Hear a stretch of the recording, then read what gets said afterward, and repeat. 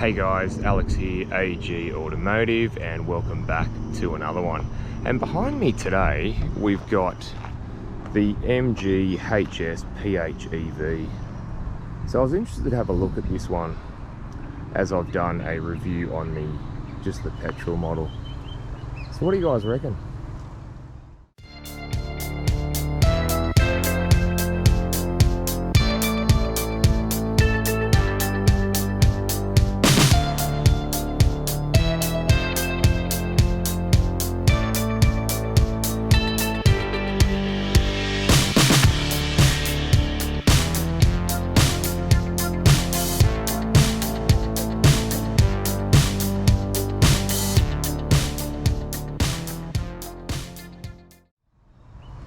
Alright, so before we get into that, I just want to do a shout out to Central Coast MG, who were nice enough to let me have a look at this vehicle today.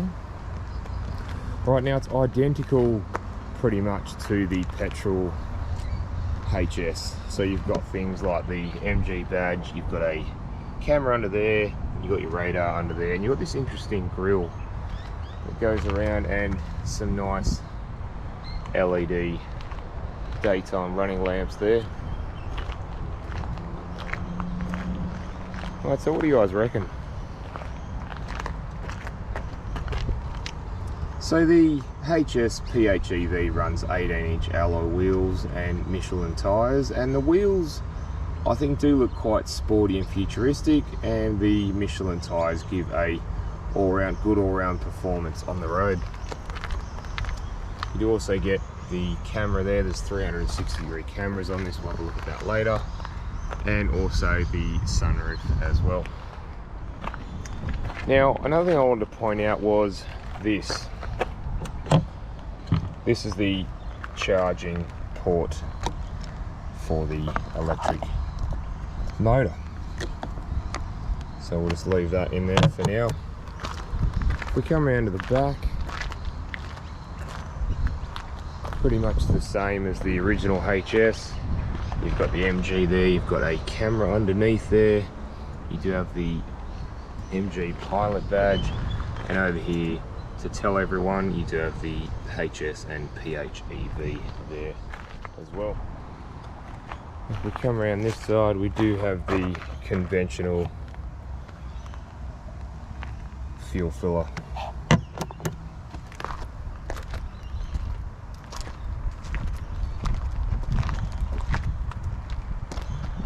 Alright guys, let's go and have a look inside.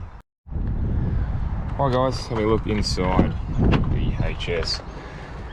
Now, again, very much the same as the petrol one. You've got some nice red stitching there, you have your window and mirror switches there, door locks there, and you got some quite deep space there as well for bottles and storage there as well. So you do get the little placard here, MG, you get MG HS with the floor mats if you want the floor mats. Again, nice red stitching all over up the seats, full leather, and you got a bit of suede just here. But they do look nice, don't they? They sort of got that sort of look to them as, yeah, quite a nice looking seat. And there's the sunroof there, we'll have a look soon. Alright, let's jump in and have a look.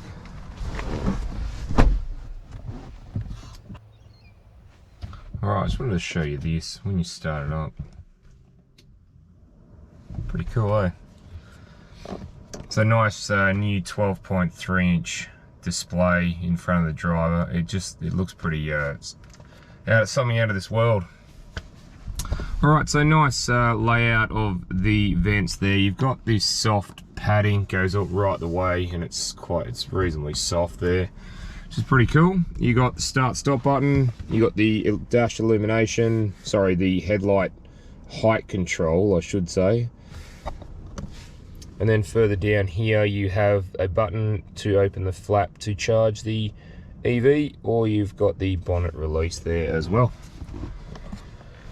Alright, so the steering wheel's gone for a sporty look. Again, the flat sides, bottom I should say, you've got the flat bottom there. You do have the red stitching and this nice chrome piece in the middle. You do have your audio controls there and some menu controls here as well.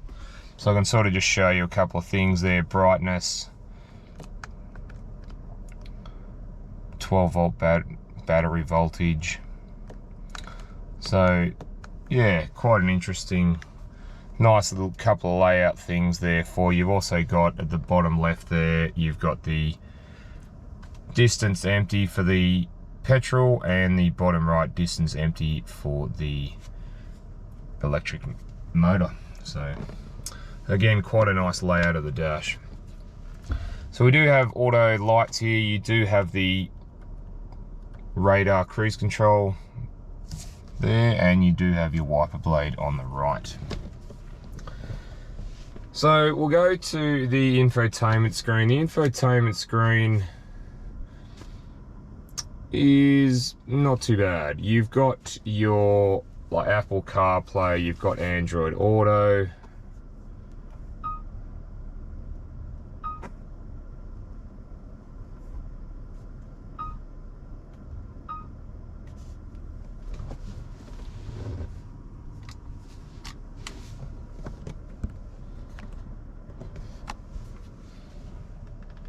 Alright, so we'll come to the infotainment system.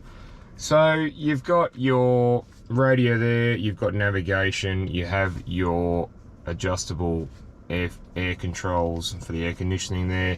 You do have to go into the air conditioning controls to adjust things, as you can't sort of adjust them, there's no adjustments outside of that.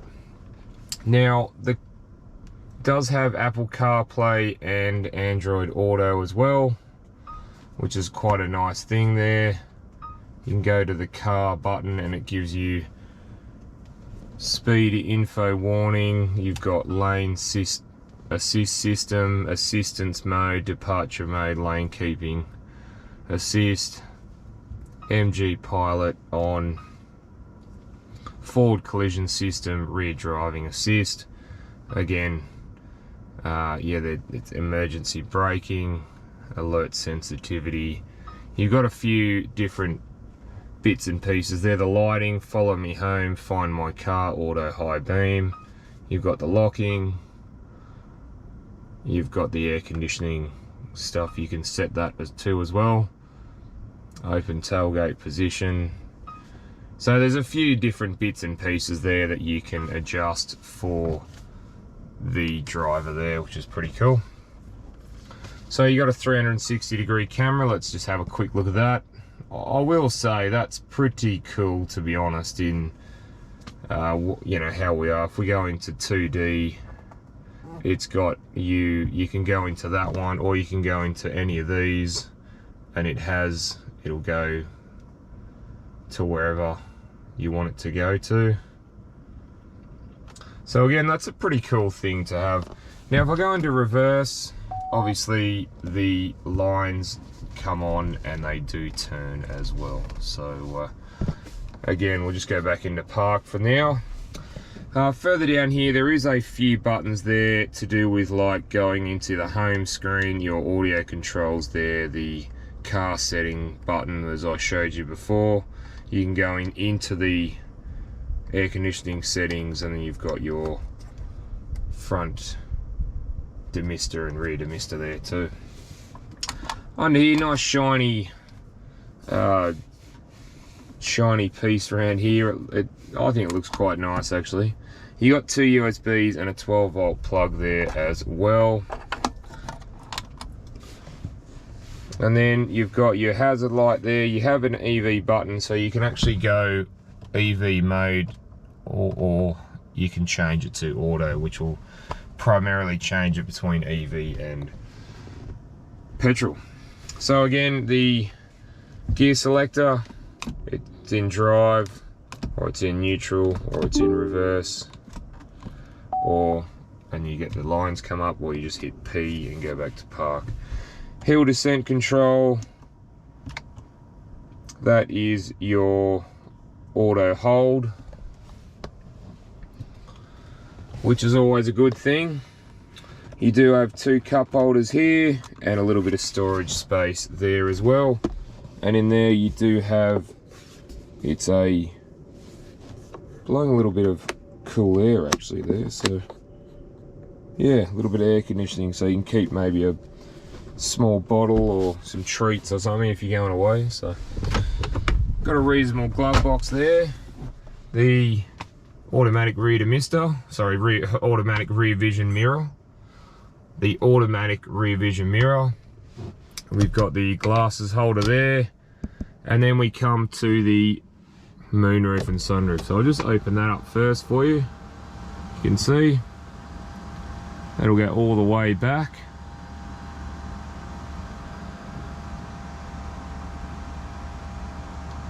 And then I can actually open this sunroof. So that's pretty cool. You can have a moonroof and a sunroof in one. And it's only a one touch thing too. So again, pretty cool. So yeah, not too bad. And we can just shut that with one touch of a button there, as you can see. Yeah. Let's go and have a sit in the back and see what the back is like. Alright, so the same sort of thing, guys. You've got your red stitching around the door trim there, your window button there, you've got a tweeter and a speaker there, and more door pockets. So again, nice seats in the back. There's your ISO fixed spots there, and there. Alright, let's jump in and have a look. Alright, so on here we have ventilation for the rear passengers, and it's because the car is actually on, it's on. And if you have a look right down here, you do have some USB, couple of USB charging ports there as well. You've got a bit of pocket space there and there. And have a look, you've got the grooves there for your knees, and as you can see, this is it set up for me, and I'm 6'1" or 185 centimeters. So if you have a look, I've still got a fair bit of room, and even with the sunroof, I have a fair bit of room in here as well. So if I put it right up to the sunroof, you can see there's a little bit. And width-wise, yeah, it's reasonably comfortable, like width-wise, which I really like as well. I mean, you could fit 2 adults easily, I reckon even 3, a little bit squashy maybe.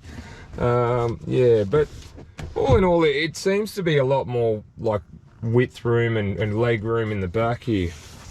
So here we have the cup holders in the back there. It's pretty nice design, this brushed metal. You've even got a little compartment there for the back passengers as well. And it's not too bad to lean on either. So yeah, and again, the little red bits of stitching around the place gives it that sportiness sort of thing, even a little bit of suede in the middle. Yeah, you've got a light on up there, and one on this side as well. Yeah, alright guys, let's go and have a look in the boot.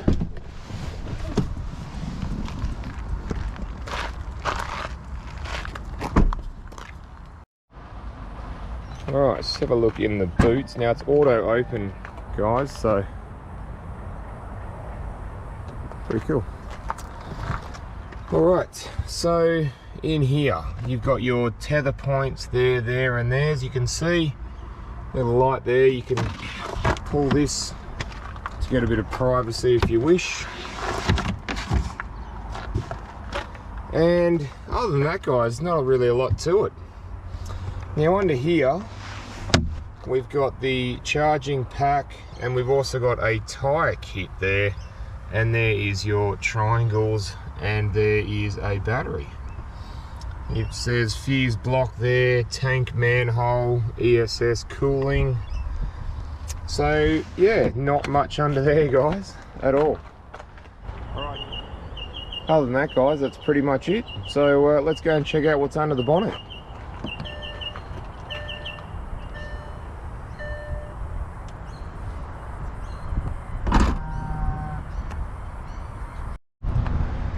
Alright guys, having a look under the bonnet of the HS PHEV. So we start with a 1.5 litre 4-cylinder turbocharged petrol engine, and it produces 119 kilowatts of power and 250 newton meters of torque, and that's mated with an electric motor. So the battery is a 16.6 kilowatt hour battery. It produces 90 kilowatts of power and 230 newton meters of torque, and that's mated to a 10-speed automatic transmission. Alright guys, let's go for a drive. Alright guys, gonna go for a little drive in the HS PHEV. So first impressions, the dash layout, 12.3 dash layout, and the 10.1 inch media center, just yeah, quite sort of futuristic, this dash. I like where they're going with it. So the seats are full leather, and you know what, I'm quite comfortable in this. I could drive this for a while, and yeah, it feels nice.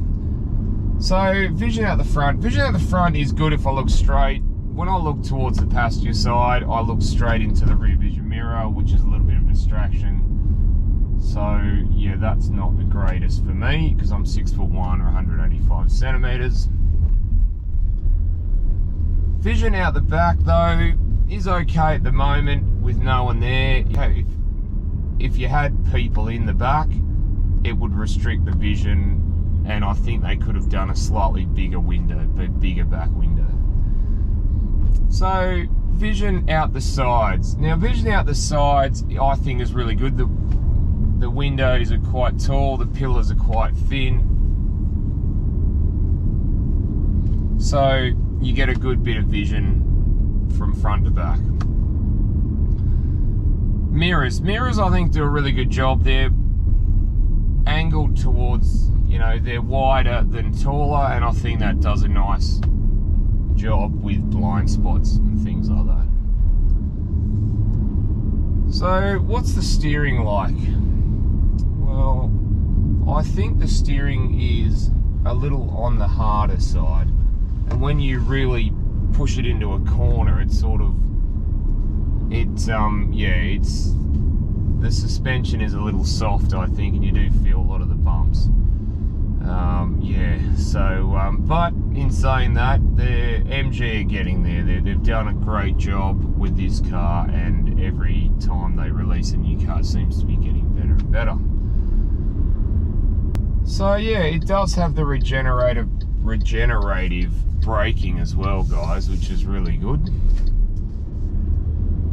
And we're just in auto mode at the moment, so the engine, petrol engine, electric engine, and the 10-speed box work seamlessly together, which is yeah, really good. Now it starts off in electric mode, and the petrol engine does kick in when needed, and it works really well. The petrol engine doesn't overpower the electric engine or vice versa, which I think is a really good thing.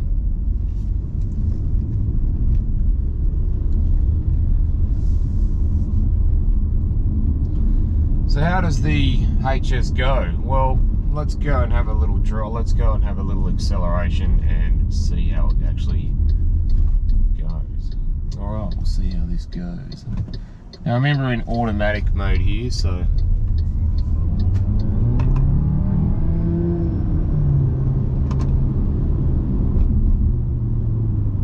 you know what, I was actually pretty surprised. The petrol engine and the electric engine work together, and they do a really good job actually together.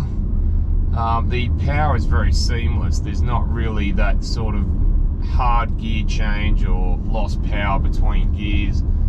The electric engine seems to make up in those spots, and it seems to drive quite nicely. And as you can hear, the road noise, there's not a lot of it. Now we're in automatic. If we just go into EV mode,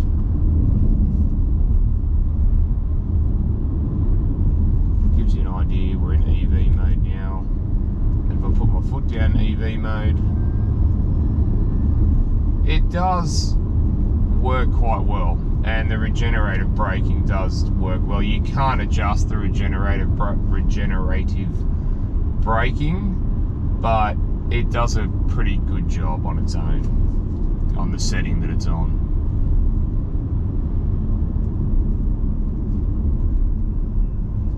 So it does have a slight whir. Obviously you can hear outside and inside the car. That's to let people know outside of the car that you're driving an electric car, otherwise you would sneak up on them without any noise whatsoever. So yeah guys, it drives quite nicely. It's quite nice using both electric motor and the petrol motor as well, and taking off just in electric, it seems to be quite nice. It just, yeah, it seems to drive quite nice. Now we'll just go back to automatic, and that will bring in the petrol engine. But yeah guys, look, I was actually pretty impressed with this, so I'm going to leave that there. So thanks for watching, and don't forget to like and subscribe, and I will see you on the next one. Alright, thanks guys.